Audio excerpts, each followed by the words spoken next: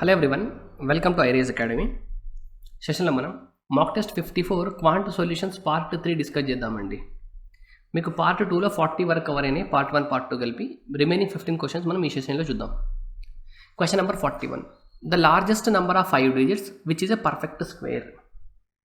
Largest number of 5 digits which is a perfect square. ఖచ్చితమైన వర్గమయ్యే 5 అంకెల అతిపెద్ద సంఖ్య ఎంత? ఇటువంటి క్వశ్చన్ కనుక మీరు చూస్తే ఎగ్జామ్లో థాట్ రాలేదనుకోండి, క్వశ్చన్ని స్కిప్ చేయండి. ఎందుకంటే మీకు చాలా టైం వేస్ట్ చేసే క్వశ్చన్ ఇది. లేదు సరే, థాట్ అనేది డెవలప్ ఎలా అవుతుందంటే చూడండి ఒకసారి మీరు. నేను ఫస్ట్ 2 డిజిట్స్ ఇక్కడ 2 డిజిట్స్ ఉన్నాయా, వీటి గురించి కొద్దిసేపు మర్చిపోతున్నా అండి. వీటిని మర్చిపోతున్నా. ఆ రెండు నేను 0 ఉన్నాయి అనుకుంటున్నాను చూడండి. ఒకవేళ ఆ రెండింటిని కనుక నేను 0 అనుకుంటే నాకు 900కి దగ్గరలో స్క్వేర్ వచ్చే వాల్యూస్ మీకు తెలుసు కదండి. మీకు 1 to 50 స్క్వేర్స్ అయితే తెలుసు కదా. మీకు 1 to 50 స్క్వేర్స్ అయితే తెలుసు. అంటే అట్లీస్ట్ 1 to 30 తెలుసు కదా. 30 స్క్వేర్ వాల్యూ ఎంత అండి? 900.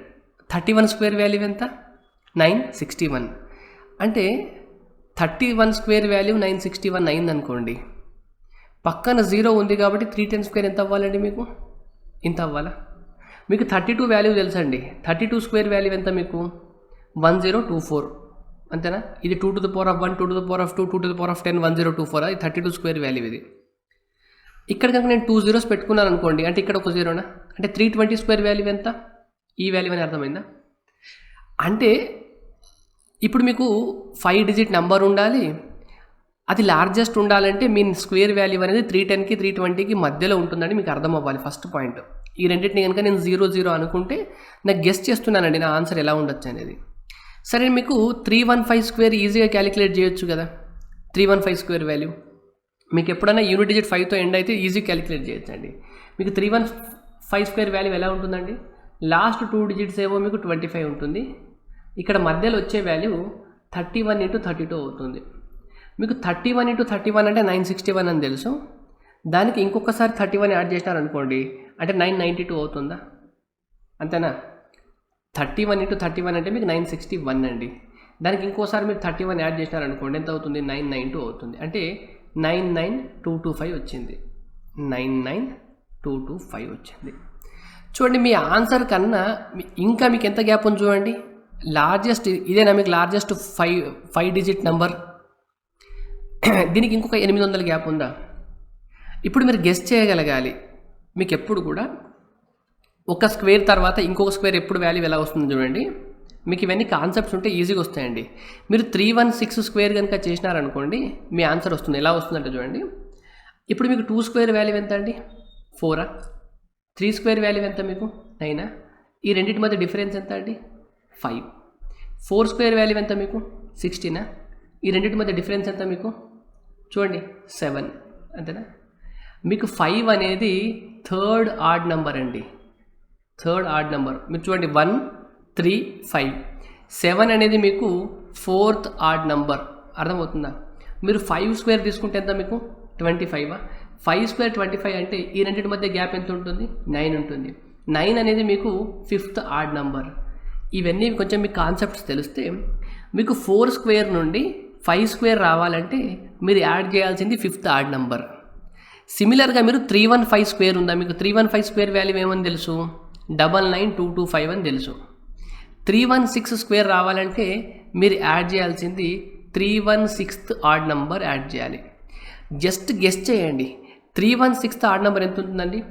మీకు థర్డ్ ఆడ్ నెంబర్ ఎలా ఉంటుందంటే దానికి ఇంటూ 2 టైమ్స్ చేస్తే -1 అవుతుంది. చూడండి, 4th ఆడ్ నెంబర్ ఎలా ఉంటుందంటే 4 into 2కి -1 ఉంటుంది. 5th ఆడ్ నెంబర్ 50 into 2కి -1 ఉంటుంది. అంటే మీకు 316th ఆడ్ నెంబర్ ఎలా ఉంటుందంటే 316th ఆడ్ నెంబర్ అంటే మీకు 31 స్క్వేర్ వాల్యూ 99225 ఉంటూ ప్లస్ 316th ఆడ్ నెంబర్ ఉంటుందా? 316th ఆడ్ నెంబర్ అనేది దీని డబల్ కన్నా ఒకటి తక్కువ. అంటే 632కి ఒకటి తక్కువ, అంటే 631. చూడండి, 5, 6, 8, 9, 99856. ఆప్షన్ సి మీకు రైట్ ఆన్సర్.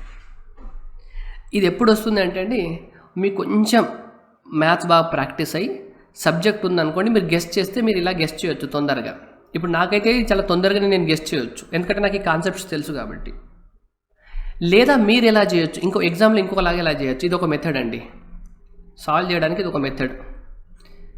సెకండ్ మెథడ్ చూడండి, ఒకటి మీరు ఏం చేయొచ్చు, నేను కనుక్కున్నట్టు నా ఆన్సర్ ఏదో కనుక్కోవచ్చు, లేదా మీకు ఇచ్చిన 4 ఆప్షన్స్లలో ఇది నా ఆన్సర్ కాదు అని చెప్తే సరిపోతుంది కదా.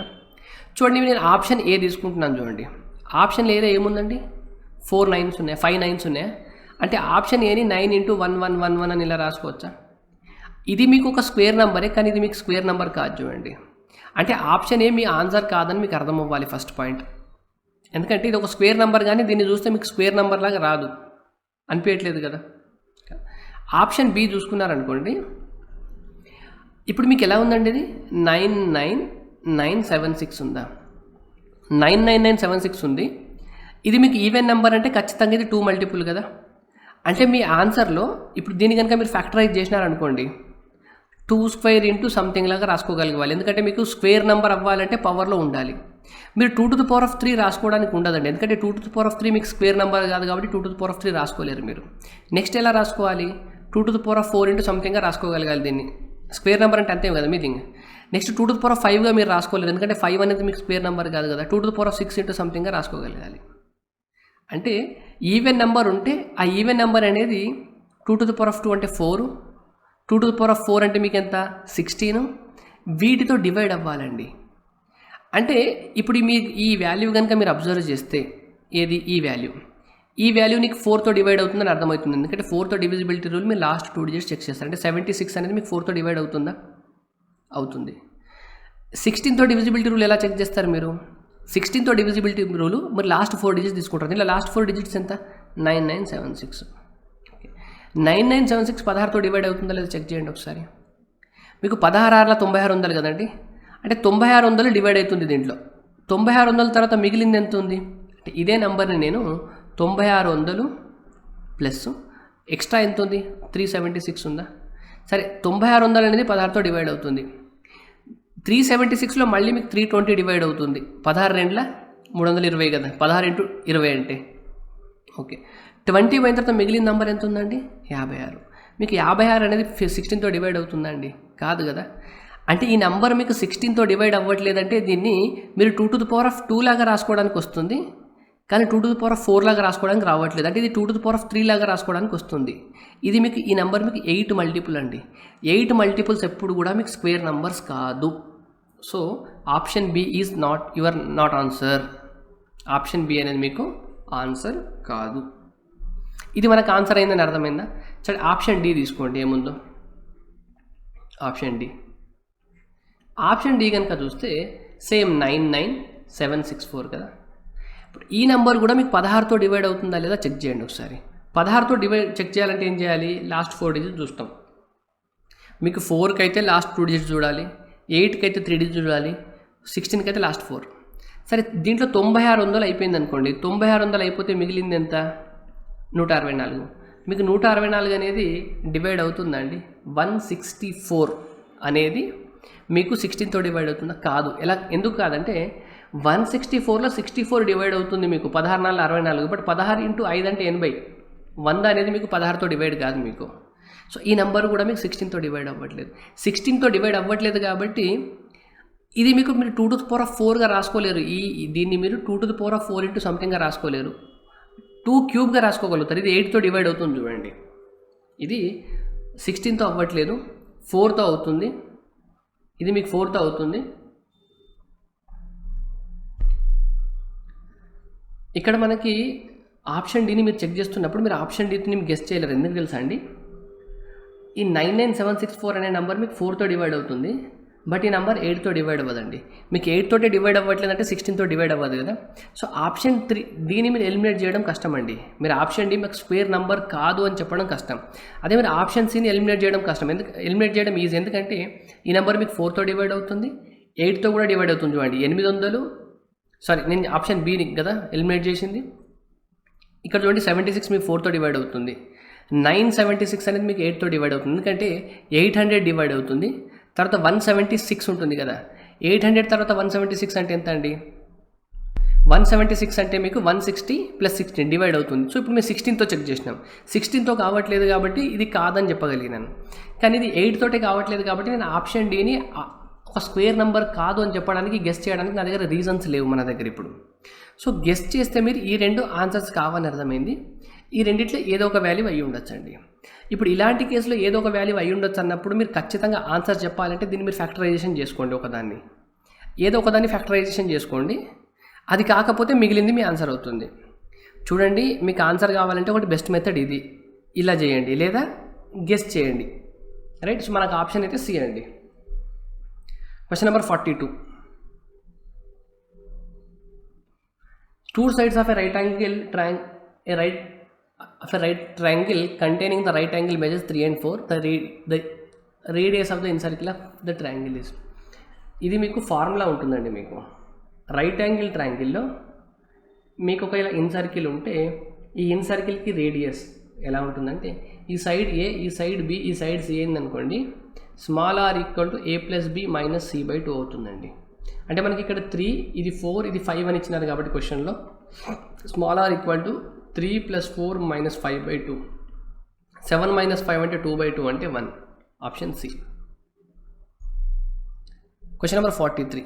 ABCD is a square, F is the midpoint of AB and E is a point on BC such that BE is 1/3 of BC. If area of triangle FBE equal 108 meters square, then the length of AC is. ABCD అనున్నది ఒక చతురస్రం అండి. Okay, ABCD అనున్నది ఒక చతురస్రం. ABCD. F అనున్నది AB యొక్క మధ్య బిందువు. F అనే point ఎలా ఉందంట, ABకి మిడ్ పాయింట్లో ఉందంట. F. నెక్స్ట్ ఏమన్నారు, E అనేది F అనేది AB యొక్క మధ్య బిందువు, E అనేది BC మీద ఒక బిందువు. E అనే పాయింట్ మీకు ఇక్కడ ఉంది BC పైన. BE అనున్నది BCలో 1/3 వంతు. అంటే ఇది 1 పార్ట్ అయితే ఇది టోటల్ 3 పార్ట్స్, అంటే ఇది 2 పార్ట్స్ కావాలా మీకు. చూడండి, BE అనేది మొత్తంలో 1/3 అంటే ఇది 1 అయితే ఇది 2 పార్ట్స్ కావాలి మీకు. FBE యొక్క వైశాల్యం ఎంత అంటే అండి 108 degrees. సరే, కొద్దిసేపు 108 degreesని కనుక మీరు పక్కన పెడితే మీకు ఏం అడిగినారు, డయాగనల్ AC వాల్యూ అడిగినారా. సరే, నాకు ఒక విషయం చెప్పండి. ఇప్పుడు ఇది ఒక ట్రయాంగిలా మీకు, ఇది మొత్తం నేను డ్రా చేసిన ఒక ట్రయాంగిలా. ట్రయాంగిల్లో ఇది ఒక పాయింట్ ఉందండి, ఇది ఒక లైన్ ఉందండి. ఈ లైన్ మీకు ఈ పాయింట్ ఈ ట్రయాంగిల్ మొత్తం ఇక్కడ 1:2 రేషియోలో డివైడ్ చేస్తే దీని ఏరియా 1 అయితే దీని ఏరియా 2 పార్ట్స్ అవ్వాలా. అంటే ఈ ట్రయాంగిల్ ఏరియా కనుక 1 పార్ట్ అయితే మిగిలిన ట్రయాంగిల్ ఏరియా మీకు 2 పార్ట్స్ కావాలి. ఎందుకంటే మీకు ట్రయాంగిల్లో ఇలా ఒక లైన్ ఉండి ఇది మీకు A:B రేషియోలో డివైడ్ అవుతే దీని ఏరియా కనుక మీకు A అయితే దీని ఏరియా B అవుతుందండి. ఆ పాయింట్ మీకు తెలవాలి. ఓకే, ఇప్పుడు ఈ సైడ్ నుండి చూస్తే ఇప్పుడు మళ్ళీ ఈ లైన్ డ్రా చేయండి. మీరు ఈ లైన్ కనుక డ్రా చేసుకుంటే ఇది మీకు 1:1 రేషియోలో ఉందా, AF:/FB. ఇది మీకు 1 పార్ట్ ఉంటే ఇది 1 పార్ట్ ఉందా. చూడండి, మళ్ళీ ఇది ఒక మిడ్ పాయింట్ అనుకుంటే ఇది మీకు మిడ్ పాయింట్ కాబట్టి ఈ మొత్తం ఏరియా ఎంత అండి, ఈ ట్రయాంగిల్ మొత్తం ఏరియా ఇది 1 ఉంటే ఇది 2 ఉంది, మొత్తం 3 ఉంది. ఇది 1:1 రేషియో ఉంది కాబట్టి ఇది మొత్తం 3 ఏరియా అయితే ఈ మొత్తం కూడా 3 ఏరియా కావాలండి మీకు. అంటే ఈ పార్ట్ ఏరియా కూడా మీకు 3 పార్ట్స్ 3 కావాలి. ఓకే, స్క్వేర్లో AC అనేది డయాగనల్ అంటే దీనికి ఇటు సైడ్ హాఫ్ ఏరియా ఉంటుంది, దానికి అటు సైడ్ హాఫ్ ఏరియా ఉంటుంది కదా. ఇక్కడ ఏరియా ఎంత 3 + 2 + 1 6 పార్ట్స్ అయింది కాబట్టి ఇది మొత్తం 6 పార్ట్స్. అంటే ఇప్పుడు మీకు 1 పార్ట్ వాల్యూ తెలుసండి, 1 పార్ట్ వాల్యూ మీకు 108 అని తెలుసు కాబట్టి టోటల్ 12 పార్ట్స్ ఎంత అవుతుంది, 12 × 108 అవుతుంది. ఓకే, అంటే ఈ స్క్వేర్ యొక్క మొత్తం ఏరియా మీకు తెలిసింది. ఇప్పుడు మీకు కనుక్కోమన్నది ఏముంది, డయాగనల్ AC వాల్యూ కదా. మీకు డయాగనల్ తెలిస్తే ఏరియా ఎలా చెప్పొచ్చు అండి, డయాగనల్ square/2 అంటేనే కదా ఏరియా. మీకు స్క్వేర్లో D² అంటేనే ఏరియా కదా. ఓకే, ఏరియా ఎంత ఉంది మీకు 12 × 108 ఉంది. సో D² = 108ని నేను ఎంత రాసుకోవచ్చు అండి, 36 × 3గా రాసుకోవచ్చు. 12 మూల ఇది మళ్ళీ 36 రాసుకోవచ్చు. ఇక్కడ ఒక × 2 అవుతుంది. అప్పుడు D వాల్యూ ఏమవుతుందండి, అండర్ రూట్ చేస్తే 2 సార్లు 36 ఉంది కాబట్టి ఒక 36 వస్తుంది, √2 వస్తుంది. సో ఆప్షన్ B అనేది మనకి రైట్ ఆన్సర్ అవుతుందండి. Option B. Question number 44. A semicircle is drawn with AB as its diameter. From C, a point on AB, a line perpendicular to AB is drawn meeting the circumference of the semicircle at D. Given that AC = 2 and CD = 6, the area of the semicircle will be. AB వ్యాసంగా ఒక అర్ధవృత్తాన్ని గీశారు. సరే, AB అనేది ఒక diameter అనుకుంటే దీనికి ఇలా మీకు ఒక ఏం డ్రా చేసినారండి, ఒక సెమీసర్కిల్ని. అర్ధవృత్తం యొక్క చుట్టుకొలతపై డి అనే బిందువు వద్ద నుండి వ్యాసం ఏబి మీదకు సి వద్ద ఒక లంబరేఖ సిడిని గీశారు. ఓకే, ఇక్కడ నుండి ఇక్కడికి ఒక పర్పెండిక్యులర్ డ్రా చేసినారంటే ఇది సి అయితే ఇది డి అంట అండి. అదే చెప్పినారు మీకు.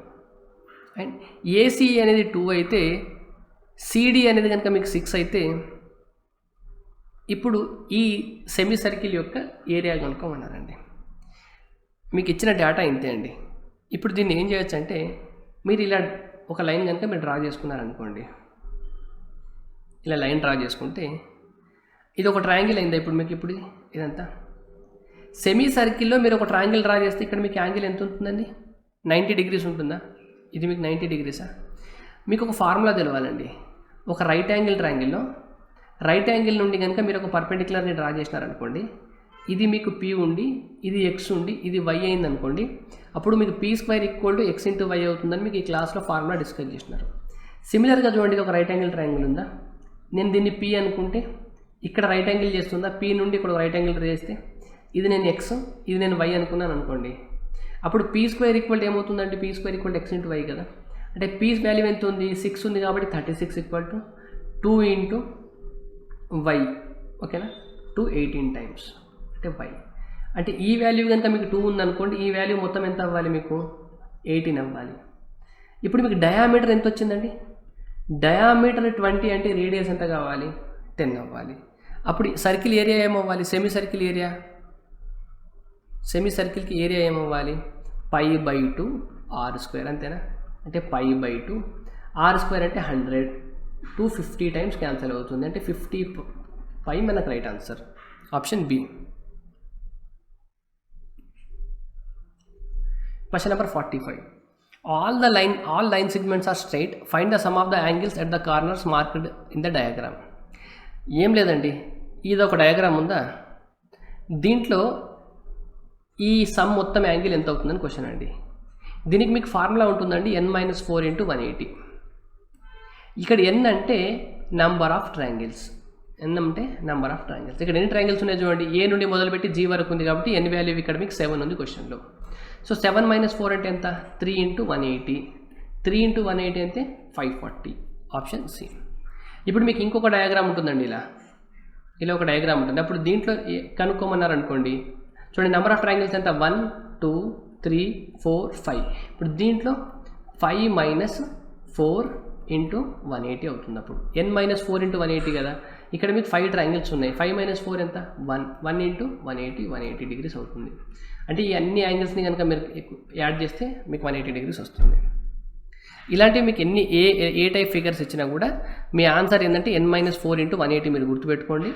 n అంటే ఇక్కడ మీకు నెంబర్ ఆఫ్ ట్రయాంగిల్స్, ఇక్కడ నెంబర్ ఆఫ్ ట్రయాంగిల్స్ ఇక్కడ 1 2 3 4 5 6 ఉన్నాయి. 7 చూడండి, 1 2 3 4 5 6 7 ట్రయాంగిల్స్ ఉన్నాయి కాబట్టి 7 - 4 అంటే 3. Question number 46. A tree is broken by the wind. The top struck the ground at an angle 30 degrees and at a distance of 30 meters from the root. The whole height of the tree is approximately. ఏం లేదండి, మీకు ఒక మొత్తం ఒక tree ఉంటే ఈ tree అనేది ఇలా ఎక్కడో కట్ అయిపోయిందంట. కట్ అయిపోయి ఇలా నేలకు ఒరిగింది, అర్థమైందా? ట్రీ అనేది యాక్చువల్ హైట్ ఎంత ఉంది, ఇక్కడ నుండి కట్ అయిపోయి ఇలా భూమి పైన పడింది. భూమి పైన పడినప్పుడు ఇక్కడ మీకు ఎంత? 30 డిగ్రీల కోణం చేస్తుందంట. ఇది ఎక్కడ పడిందో దాని మొదలు నుండి 30 మీటర్స్ డిస్టెన్స్లో ఉందంట. అయితే ఈ చెట్టు యొక్క మొత్తం హైట్ ఎంత అడిగినారండి. ఇక్కడ మీకు tan 30 డిగ్రీస్ అంటే ఇది 1 అయితే ఇది √3 అవ్వాలా, ఇది 2 అవ్వాలా. మీకు హైపోటెన్యూస్ 1:√3:2 రేషియోలు ఉంటాయి మీకు. ఓకే, ఇక్కడ మీకు √3 వాల్యూ ఏ క్వశ్చన్లో 30 డిగ్రీలను ఇచ్చినారండి. సరే, √3 వాల్యూ మీకు 30 మీటర్స్ అని ఇచ్చినారు. మీకు అడిగింది చెట్టు యొక్క మొత్తం హైట్. చెట్టు యొక్క మొత్తం హైట్ ఎంత అండి? ఇప్పుడు ఇది కూడా మీకు చెట్టు హైట్ అయ్యండి, ఎందుకంటే ఇది ఇలా ఉండాల్సింది ఇలా పడిపోయింది కాబట్టి దీన్ని మళ్ళీ స్ట్రేట్ చేస్తే చెట్టు హైట్ అవుతుంది కదా. అంటే 1 + 2 ఎంత? 3 వాల్యూ ఎంత అని అడిగినారండి. సో 3 ఇక్కడ మీకు √3, ఇది √3 టైమ్స్ క్యాన్సల్ చేస్తుంది. మీ ఆన్సర్ 30 × √3 30. √3 వాల్యూ ఎంత మీకు? 1.73 సంథింగ్. సో 17 ముళ్ళ 51 కాబట్టి మీ ఆన్సర్ 51 కన్నా కొంచెం ఎక్కువ ఉండాలి. మీ ఆన్సర్ 51 దగ్గరలో ఏది ఉందండి? ఆప్షన్ ఏ ఒకటే ఉంది, 52, option A. Question number 47. John, Mona and Gordon, 3 US-based business partners, jointly invested in a business project to supply nuclear flare to India. As per their share in the investment, Gordon will receive 2/3 of the profit, whereas John and Mona divided the remaining equally. It is estimated that the income of John will increase by 60 million when the rate of profit rises from 4% to 7%. What is the capital of Mona? ఇక్కడ చూడండి, మీకు ముగ్గురు ఉన్నారండి, John, Mona, Gordon. ముగ్గురు వ్యాపార భాగస్వాములు వారి ఇండియాకి న్యూక్లియర్ ఇంధనాన్ని సరఫరా చేసేందుకు పెట్టుబడి పెట్టారు. వారి పెట్టుబడుల ప్రకారం గార్డన్కి మొత్తం లాభంలో 2/3 వంతు లాభాన్ని పొందాడు. మిగిలిన లాభాన్ని జాన్ మరియు మోనా ఇద్దరు సమానంగా పంచుకున్నారు. చూడండి, మొత్తం లాభంలో 2/3 అనేది ఎవరికి వచ్చిందండి? గార్డన్కి వచ్చింది. మిగిలిన లాభాన్ని ఇద్దరు సమానంగా పంచుకున్నారు. నేను మొత్తం లాభం కనుక 6 అనుకున్నాను అనుకోండి, అప్పుడు గార్డన్కి ఎంత రావాలండి? 4 రావాలి. మిగిలిన 2లో ఇద్దరు సమానంగా పంచుకోవాలి, అంటే 1-1. మీకు ఎప్పుడు కూడా ప్రాఫిట్ ఎలా పంచుకుంటారండి? Investment ratio. అంటే మీకు ఇది ప్రాఫిట్ రేషియో ఎలా ఉందంటే ఇన్వెస్ట్మెంట్ రేషియో కూడా ఇలానే ఉండొచ్చు కదా. అంతే కదా, ఇన్వెస్ట్మెంట్ రేషియో మీకు 1:1:4 అయితే ప్రాఫిట్ రేషియో 1:1:4 అవ్వాలి. ఇది మీకు క్లియర్ కదా. ఇప్పుడు నెక్స్ట్ ఏం చెప్తున్నారో వినండి. ఒకవేళ వారి లాభాలు 4% నుండి 7%కి పెరిగితే జాన్ యొక్క ఆదాయం 60 మిలియన్లు ఎక్కువగా పెరుగుతుందని అంచనా వేశారు. అయినా మోనా పెట్టుబడి ఎంత? ఇక్కడ మీ క్వశ్చన్లో ఏమి ఇచ్చారంటే, ఫస్ట్ నేను డేటా క్లియర్గా చెప్తా, అర్థం చేసుకోండి. ముగ్గురిలో గార్డన్కి ఏమో 2/3 ఆఫ్ ప్రాఫిట్ వస్తుంది, మిగిలిన ప్రాఫిట్ని వాళ్ళిద్దరు పంచుకుంటారు ఈక్వల్గా. సో నేను మొత్తం ప్రాఫిట్ కనుక 6 రూపాయలు వచ్చింది అనుకుంటున్నానండి. మొత్తం ప్రాఫిట్ కనుక 6 రూపాయలు వస్తే దాంట్లో 2/3 4 ఇతనికి ఇస్తాము, మిగిలిన 2ని 1 వీళ్ళకి పంచుతాం. నేను 6 ఎందుకు అనుకున్నానంటే 3 కనుక అనుకుంటే వీళ్ళకి 0.5 పంచాల్సి వచ్చేది. అప్పుడు 0.5 అంటే మన క్యాలిక్యులేషన్ ఈజీ కాదు కాబట్టి. మొత్తం ప్రాఫిట్ కనుక 6 రూపాయలు వచ్చింది అనుకోండి, ఈయనకు 4 ఇవ్వాలి, ఈయనకు 1 ఇవ్వాలి, ఈయనకు 1 ఇవ్వాలి. ఓకే, వీళ్ళకి ప్రాఫిట్లు ఈ రేషియోలు ఉన్నాయి కాబట్టి ఇన్వెస్ట్మెంట్స్ కూడా మీకు అవే రేషియోలు ఉండాలి. ఇన్వెస్ట్మెంట్ ఏ రేషియోలు ఉంటే మీకు ప్రాఫిట్ అదే రేషియోలు ఉంటుంది. ఫస్ట్ అర్థమైందా? వీళ్ళకి ప్రాఫిట్ ఎంత వచ్చిందని అనుకున్నాం మనం? 6 రూపీస్ వచ్చిందని అనుకున్నాం. ఒకవేళ లాభం కనుక 4% నుండి 7% పెరిగితే జాన్ యొక్క ఆదాయం 60 మిలియన్లు పెరుగుతుందంట. అంటే ఇనీషియల్గా వీళ్ళకి లాభం ఎంత వస్తుందంట అండి? 4% వస్తుంది. 4% లాభమే కనుక 7% అయిందనుకోండి, లాభం పెరిగితే ఒక్కొక్కరు వాటా కూడా పెరుగుతుంది కదా లాభాలు. అలా జాన్కి ఎంత పెరుగుతుందంటే 60 మిలియన్ లాభం పెరుగుతుందంట. సరే చూద్దాం. మీకు 4% ప్రాఫిట్ వస్తుంది కదా. నేను ప్రాఫిట్ ఎంత అనుకున్నానండి? 6 రూపాయలు అనుకున్నాను కదా. అంటే 4% వాల్యూవే కనుక నేను 6 అనుకుంటే అప్పుడు మీకు 100% వాల్యూ ఎంత అవ్వాలండి? మీకు ప్రాఫిట్ ఎప్పుడు కూడా మీ ఇన్వెస్ట్మెంట్ మీద వస్తుంది కదా. 4% వాల్యూ 6 అని అంటే ఇది ఇంటూ 25 అయిందా? 4 × 25 చేస్తే 6 × 25 చేస్తే ఎంత? 150. అంటే మీకు మొత్తం పెట్టుబడి కనుక 150 రూపాయలు పెడితే దాంట్లో మీకు 4% లాభం అంటే 6 లాభం వస్తుంది. ఒకవేళ లాభం కనుక 4% నుండి 7% అయింది అనుకోండి, అంటే లాభం 3% పెరిగింది అనుకోండి. 3% అంటే ఎంత అండి? చూడండి, 150లో 3% అంటే 4.5ఏనా? 4.5 కదా. 100 అనేది 150 ఏంటంటే 1.5 టైమ్స్ అయినట్టు. 3కి 1.5 చేస్తే 4.5. లాభం కనుక 3% ఇది పెరిగింది అనుకోండి, అంటే ఇంకొక 4.5 రూపీస్ కనుక లాభం వచ్చింది అనుకోండి, ఈ 4.5 రూపీస్ని మళ్ళీ వీళ్ళకే పంచాలి కదా. వీళ్ళకి పంచినప్పుడు జాన్కి ఎంత వస్తుందండి? 4.5లో చూడండి, మొత్తం 6 పార్ట్స్ అయితే 1 పార్ట్ వచ్చింది, అంటే 1/6 వస్తుంది కదా. 1/6 వస్తుంది. అంటే జాన్ యొక్క లాభం ఎంత పెరిగింది? 1 ఉంటే ఇంత పెరుగుతుంది, అంటే మొత్తం 4.5 లాభం పెరిగింది. ఆ 4.5లో జాన్కి వచ్చేది ఇంత. 4.5/6 అంటే ఎంత చెప్పండి నాకు? 4.5/6 పెరిగింది. సరే, 4.5/6 ఇంత ప్రాఫిట్ పెరిగింది. క్వశ్చన్లో మీకు ఈ పెరిగిన ప్రాఫిట్ వాల్యూవే మీకు 60 మిలియన్స్ అన్నారండి. అంటే 4.5/6 వాల్యూవే మీకు 60 మిలియన్స్ అన్నారు. అయితే మీకు అడిగింది ఏంది? మోనా యొక్క పెట్టుబడి ఎంత? సరే, మీకు 4.5/6 వాల్యూ 60 అయితే 150 వాల్యూ కనుక్కోవచ్చా? 150 అనేది మీకు టోటల్ ప్రాఫిట్ కదా. 150 అనేది మీకు టోటల్ ప్రాఫిట్ అండి. కానీ 150లో మోనా ఇన్వెస్ట్మెంట్ ఎంత అండి? ఇక్కడ 150 అనేది టోటల్ ఇన్వెస్ట్మెంట్. మోనా ఇన్వెస్ట్మెంట్ ఎంత దాంట్లో? 1/6 కదా. సో 150 1/6 వాల్యూ ఎంత? చూడండి, చాలా సింపుల్గా ఉంది. మీకు అర్థమవుతుందో లేదో నాకు అర్థం కావట్లేదు, కానీ ఇక్కడ మీకు కొంచెం ఇంకోసారి వింటే మీకు ఈజీగా అర్థమవుతుందండి. మీకు 4.5/6 మీకు 4% ఉండే ప్రాఫిట్ కనుక 3% పెరిగింది అనుకోండి, అంటే 6 ఉన్న లాభం కనుక ఇంకొక 4.5 రూపాయలు పెరిగింది అనుకోండి. 4.5 రూపాయలు పెరిగితే అందరికీ పంచాలి కదా 4.5 రూపాయలని. అలా పంచుతున్నప్పుడు జాన్కి ఎంత వస్తుంది? 4.5లో 1/6 వంతు వస్తుంది. అంటే ఇంతకుముందు కానీ ఇప్పుడు లాభం ఎంత పెరిగింది? ఇదే పెరిగింది కదా. ఈ పెరిగిన వాల్యూ మీ క్వశ్చన్లో 60 అన్నారు. అంటే 4.5 1/6 పార్ట్స్ వాల్యూ 60 అయితే ఇది మీకు ఎంత అంటే ఇది టోటల్ ఇన్వెస్ట్మెంట్ కదా. 100% అంటే ఇది మీకు total investment. Total investment value 150. కానీ మీకు అడిగింది టోటల్ ఇన్వెస్ట్మెంట్ కాదు కదా. టోటల్ ఇన్వెస్ట్మెంట్లో మోనా పెట్టింది ఎంత? మోనా 1/6 పెట్టింది కదా. సో దీంట్లో 1/6 వాల్యూ ఎంత? చూడండి, బై 6 క్యాన్సిల్ అయింది మీకు. ఈ డెసిమల్ తీసేస్తే ఇక్కడ ఎంత వస్తుంది మీకు? 0 వస్తుంది. అండ్ 15 ఇక్కడ 3లో క్యాన్సిల్ అవుతుంది. 15 4 60. ఓకే, 3 ఇంటూ ఇక్కడ 50. సో 50 ఇంటూ 40 అంటే ఎంత అండి? 2000. సో ఆప్షన్ ఏ మనకి right answer. Question number 48. Ravi gave 1200 on a loan. Some amount he gave at 4% per annum simple interest and remaining 5% per annum simple interest. After 2 years he got 110 as interest. Then the amount given at 4% and 5% per annum simple interest are respectively. చూడండి, రవి 1200ని లోన్గా ఇచ్చాడంటండి. కొంత భాగాన్ని 4% ఇచ్చాడు, మిగిలిన భాగాన్ని 5% ఇచ్చాడు. So 2 సంవత్సరాల తర్వాత అతనికి ఎంత వచ్చింది? 110 రూపీస్ వడ్డీగా పొందితే 4% దగ్గర 5% దగ్గర ఎంతెంత వడ్డీకి ఇచ్చినాడని క్వశ్చన్ అండి సింపుల్గా. ఒకవేళ 1200 మొత్తాన్ని కనుక అతను అలిగేషన్ వాడి మనం ఈ క్వశ్చన్ ఈజీగా చేయొచ్చండి. 1200 మొత్తాన్ని కనుక అతను 4%కి ఇచ్చిండు అనుకోండి, 2 సంవత్సరాలకి అతనికి ఎంత ఇంట్రెస్ట్ రావాలండి? 4% 1 ఇయర్ అంటే 2 ఇయర్స్కి 8% రావాలా? సో 1200లో 8% అంటే ఎంత అండి? 96 రూపీసా?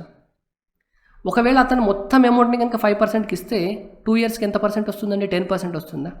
అంటే 1200లో 10% అంటే 120కి రావాలి. కానీ అతనికి వచ్చింది ఎంత? 110.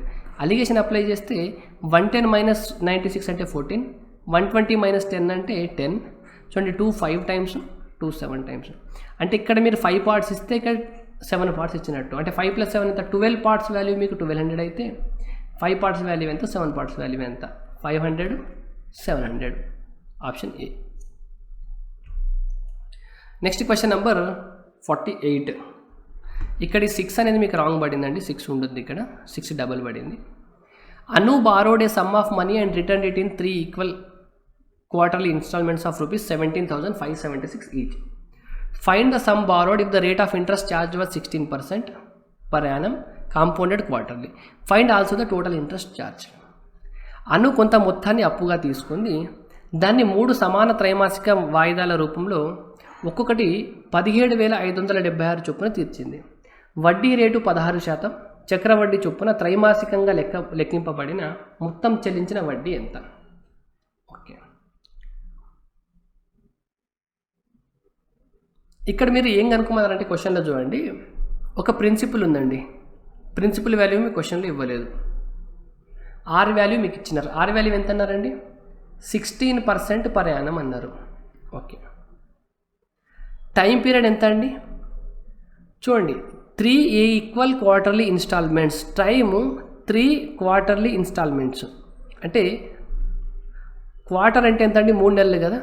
అలా 3 నెలలకు ఒకసారి 3 సార్లు కట్టింది. అయితే ఇప్పుడు మీకు కనుక్కోమన్నది ఎంత? ఇన్స్టాల్మెంట్ వాల్యూ ఎంత ఇచ్చినారు? 17,576 అండి. ఈ ఆన్సర్ని నేను ఎంత సింపుల్గా చేయొచ్చో చెప్తా చూడండి. ఇప్పుడు మీకు కనుక్కోమన్న వాల్యూ ఏముందండి? ప్రిన్సిపల్ కనుక్కోవాలి అండ్ టోటల్ ఇంట్రెస్ట్ కనుక్కోవాలి. టోటల్ మీరు ఇంట్రెస్ట్ ఎంత కట్టినారో కూడా కనుక్కోవాలి. ఇది మీకు ఇచ్చిన ఐ వాల్యూ అంటే ఇది ఇన్స్టాల్మెంట్ వాల్యూ అండి. ఓకే సార్, నాకు ఒక సింపుల్ విషయం చెప్పండి. మీరు 1756 ఇన్స్టాల్మెంట్ కట్టినారు కదా, 17,576 ఇన్స్టాల్మెంట్ కట్టినారు ఇంటూ 3, ఇలాంటి 3 ఇన్స్టాల్మెంట్స్ కట్టినారు కదా. మీరు మొత్తం ఎంత డబ్బులు కట్టినారండి? నాకు జస్ట్ యూనిట్ డిజిట్ చెప్పండి. ఎంత యూనిట్ డిజిట్లో 8 వస్తుంది. ఎంతో కట్టినారు మీరు? 17,576 ఇంటూ 3 కదా మీరు కట్టింది. 3 ఇంటూ 6 చేస్తే యూనిట్ డిజిట్ ఎంత వచ్చిందండి? 8 వచ్చిందా? అంటే ఇది మొత్తం మీరు పే చేసింది కదా, ఇది మొత్తం మీరు పే చేసింది. దీంట్లో నుండి కనుక నేను ప్రిన్సిపల్ వాల్యూ తీసేసినాను అనుకోండి, ప్రిన్సిపల్ వాల్యూ తీసేస్తే నాకు ఇంట్రెస్ట్ వాల్యూ రావాలా? అంటే మీరు ఒకసారి ఆప్షన్ బిని మీరు అబ్జర్వ్ చేయండి. ఆప్షన్ బిలో మీ ప్రిన్సిపల్ వాల్యూ ఎంత అండి? 48875 కదా. ఆప్షన్ బిలో మీ ప్రిన్సిపల్ వాల్యూ ఎంత? 48875. 48875 అంటే 8 నుండి 5 తీసేస్తే యూనిట్ డిజిట్ ఎంత వచ్చింది? 3 వచ్చిందా? ఇక్కడ 3నే ఉందా చూడండి. అంటే నేను చెప్పేది ఏంటంటే మీరు మొత్తము ఎంత కడుతున్నారండి, 3 ఇన్స్టాల్మెంట్స్లో ఒక్కొక్క ఇన్స్టాల్మెంట్లో 17,576 కడితే మీరు మొత్తం కట్టే అమౌంట్లో యూనిట్ డిజిట్ అనేది మీకు 8 వస్తుందండి. అంటే యూనిట్ డిజిట్ 8 నుండి మీరు ఆన్సర్ కనుక ఇది అనుకున్నారనుకోండి, ఒకవేళ మీ ప్రిన్సిపల్ ఇది, మీరు కట్టిన టోటల్ ఇంట్రెస్ట్ ఇది కదా, ప్రిన్సిపల్లో యూనిట్ డిజిట్ ఎంత ఉందండి, 0 కదా. మీరు టోటల్ పే చేసిన దాని నుండి మీరు టోటల్ పే చేసిన దాని నుండి ప్రిన్సిపల్ కనుక మైనస్ చేసినారనుకోండి, యూనిట్ డిజిట్ 8 రావాలి. అప్పుడు ఇక్కడ యూనిట్ డిజిట్ ఎంత వచ్చిందండి, 0 వచ్చింది. ఇది మీ ఆన్సర్ కాదు. సిమిలర్గా ఇక్కడ కూడా అంతే అండి. మీరు టోటల్ పే చేసిన అమౌంట్లోనేమో యూనిట్ డిజిట్ 8 ఉంది, ప్రిన్సిపల్లో యూనిట్ డిజిట్ ఏముంది, 0 ఉంది. మీరు టోటల్ పే చేసింది మైనస్ ప్రిన్సిపల్ తీసేస్తే కదా మీ టోటల్ ఇంట్రెస్ట్ పే చేసింది వచ్చేది. 8 మైనస్ 0 అంటే మీకు యూనిట్ డిజిట్ ఇక్కడ దీంట్లో 8 ఉండాలి. అప్పుడు ఇది కూడా మీ ఆన్సర్ కాదు. అంటే మీ ఆన్సర్ ఒకటే. అయితే నన్ ఆఫ్ దిస్ కూడా అయ్యే ఛాన్స్ ఉంది, బట్ మోస్ట్ ప్రాబబుల్లీ ఇది మీకు ఆన్సర్ కాకపోవచ్చు. చూడండి, క్వశ్చన్ నేను ఎక్కడ కూడా మీకు చేయలేదండి. జస్ట్ నేను 17,576 అనేది ఇంట్రెస్ట్గా కడుతున్నాను. 17,576 కనుక నేను ఇంట్రెస్ట్ కడితే 3 ఇంట్రెస్ట్లు 3 కాబట్టి నేను 3 ఇంటూ అంటే నేను మొత్తం 3 ఇంటూ సంథింగ్ ఇంత వాల్యూ నేను కట్టాలి. అంటే నేను కట్టిన దాంట్లో నుండి ప్రిన్సిపల్ నేను మైనస్ చేసినాను అనుకోండి. ప్రిన్సిపల్ ఎలాగో మీకు క్వశ్చన్లో ఇచ్చినారు కదా, ప్రిన్సిపల్ మైనస్ చేస్తే నేను కట్టిన టోటల్ ఇంట్రెస్ట్ రావాలి కదా. సో ఇక్కడ 8 ఉంది యూనిట్ డిజిట్, దాంట్లో నుండి నా ప్రిన్సిపల్ యూనిట్ డిజిట్ని మైనస్ చేస్తే నా టోటల్ ఇంట్రెస్ట్ యూనిట్ డిజిట్ రావాలి కదా. అర్థమవుతుందా? సో ఇదండి ఈ క్వశ్చన్ని మనం ఇలా చేస్తాం. మీరు జనరల్ మెథడ్ కూడా చేయొచ్చండి. సో ఆప్షన్ బి మనకి రైట్ ఆన్సర్ అవుతుంది. Question number 50. The tops of 2 poles of height 60 and 35 meters are connected by a rope. If the rope makes an angle with the horizontal whose tangent is 5/9 meters, then what is the distance between the 2 poles? చూడండి, ఒకటేమో మీకు 35 meters అని ఉంది, ఇంకోటి ఎంత ఉందండి మీకు 60 meters ఉంది. ఇప్పుడు ఈ 2 టాప్లని, ఇది టాప్ కదా, ఈ 2 టాప్లని కనుక మీరు ఒక రోప్తో కట్టేస్తే ఇక్కడ టీటా యాంగిల్ చేస్తుందా? ఈ టీటా వాల్యూ ఎంత అన్నారంటే tan θ = 5/9 అన్నాను. అంటే ఇది 5 అయితే ఇది మీకు 9 అవ్వాలంట. ఓకేనా? చూడండి, ఇక్కడ నుండి ఇక్కడికి 35 అంటే ఈ పార్ట్ కూడా 35 అయితే మిగిలింది ఎంత అవ్వాలండి, 25 అవ్వాలి. అంటే మీకు 5 పార్ట్స్ వాల్యూ ఎంత, 25. 5 పార్ట్స్ వాల్యూ కనుక మీకు 25 అయితే డిస్టెన్స్ బిట్వీన్ 2 పోల్స్ అంటే ఇది ఎంత, ఇదే కదా, 9 పార్ట్స్ వాల్యూ ఎంత. చూడండి, 5కి ఇంటూ 5 అయింది కాబట్టి 9కి ఇంటూ 5 అయితే ఎంత, 45. So option D right answer. మనకి question number 51 to 55 DI questions అండి. మనకి 3 స్కూల్స్ ఏబిసిలలో ఎంతమంది స్టూడెంట్స్ ఉన్నారో ఇచ్చారండి data. Okay, what was the ratio between the number of girls enrol in school C in year 2007 and the total number of girls enrol in school A and school B together in the same year. చలో 2007 గురించి మాట్లాడుతున్నారు మనకి. Okay, 2007లో C అంటే మీకు triangle కదా, 2007లో C triangle అంటే ఇక్కడ 20 ఉంది. నెక్స్ట్ ఏ ప్లస్ బి కలిపి ఎంత ఉంది, 25 ఉంది, 30, 55 ఉంది. ఈ రేషియో అడిగినారండి. చూడండి, 5 4 times, 5 11 times, 4:11. Option C. In which school was the difference between the number of girls enrolled in the year 2008 and 2004 minimum? ఏ పాఠశాలలో 2008 మరియు 2004 సంవత్సరంలో నమోదు చేసుకున్న బాలికల మధ్య వ్యత్యాసం కనిష్టంగా ఉంది? 2004కి 2008కి కంపేర్ చేయాలి మీరు. స్కూల్ ఏ చూడండి, స్కూల్ ఏ అంటే మీకు ఒక రాంబస్ షేప్లో ఉంది. చలో, రాంబస్ షేప్ ఎక్కడ ఉందండి, ఇక్కడ ఉంది. ఇక్కడ రాంబస్ షేప్ ఎక్కడ ఉంది, ఇక్కడ ఉంది. ఈ రెండింటి మధ్య డిఫరెన్స్ ఎంత ఉంది, ఇక్కడ 20 ఉంటే ఇక్కడ 30 ఉంది. అంటే ఏకి 10 డిఫరెన్స్ ఉందండి. బికి మీకు స్క్వేర్ ఉందా, ఇక్కడ 15 ఉంటే ఇక్కడ ఎంత ఉంది, 25 ఉంది. అంటే బికి కూడా 10 ఉంది డిఫరెన్స్. సి చూడండి, ట్రయాంగిల్ ఇక్కడ 10 ఉంటే సి ఇక్కడ ఎంత ఉంది, సి ట్రయాంగిల్ కనుక మీరు అబ్జర్వ్ చేస్తే ఇది ఇలా వచ్చి ఇలా వచ్చి ఇలా వచ్చి ఇలా వచ్చి అంటే ట్రయాంగిల్ మీకు దీంట్లోనే మిక్స్ అయిపోయిందండి. ట్రయాంగిల్ ఎంత ఉంది, 25 ఉంది. 10 ఉంటే ఇక్కడ 25 ఉంది కాబట్టి సికి 15 ఉంది డిఫరెన్స్ కనిష్టంగా ఎక్కడ ఉందండి, ఈ రెండింటి దగ్గర ఉంది. అంటే A comma B, both schools A and B. Question number 53. What was the approximate average number of girls enrolled in the year 2006 in all 3 schools together? 2006లో అన్ని స్కూళ్ళల్లో కలిపి ఎంతమంది ఉన్నారండి? ఇక్కడ 15 + 20 35, 35 + 40 ఇక్కడ 60 అవుతుంది. ఇక్కడ వరకు ఇది 62.5 అంటే 62,500/3. ఓకే, సో ఇది మీకు 60,000 ఉంటే 20,000 అయ్యేది, 2.5 అంటే 833 అంటే 20,833 పాయింట్ సంథింగ్ వస్తుందండి. Option 1. Question number 54. Total number of girls enrolled in all the 3 schools in the year 2004 was what percent of the number of girls enrolled in the school C in the 2007? 2004లో అందరు enrol అయిన అందరు school యొక్క total ఎంత అండి? 10 + 20 30 + 15 45. ఇది అనేది 2007లో సిలో, C అంటే ట్రయాంగిల్ మనకి 2007 ట్రయాంగిల్ ద 20, దీంట్లో ఎంత పర్సెంటేజ్ అంట? సో ఇంటూ 100 చేస్తే ఎంత వస్తుంది చెప్పండి? 25 టైమ్స్. 45 × 5 అంటే 225. Option 4. Question number 55. In which year was the total number of girls enrolled in all the 3 schools together second highest? సరే 2005లో టోటల్ ఎంత ఉంది చెప్పండి నాకు. అంటే ఏ ఇయర్లో సెకండ్ హైయెస్ట్ ఉంది total number of girls enrol అయింది? మీరు ఆప్షన్స్ చూడొద్దండి. ఇక్కడ మీకు ఆప్షన్లో 1 2 3 4 5 ఆప్షన్స్ ఉన్నాయి కాబట్టి మీరు 5 ఆప్షన్స్ టోటల్ చేయాలి. ఎందుకంటే ఫర్ ఎగ్జాంపుల్ ఇక్కడ మీకు మిస్ అయింది ఏది ఉందండి? ఇక్కడ మీకు 2004 మిస్ అయిందా?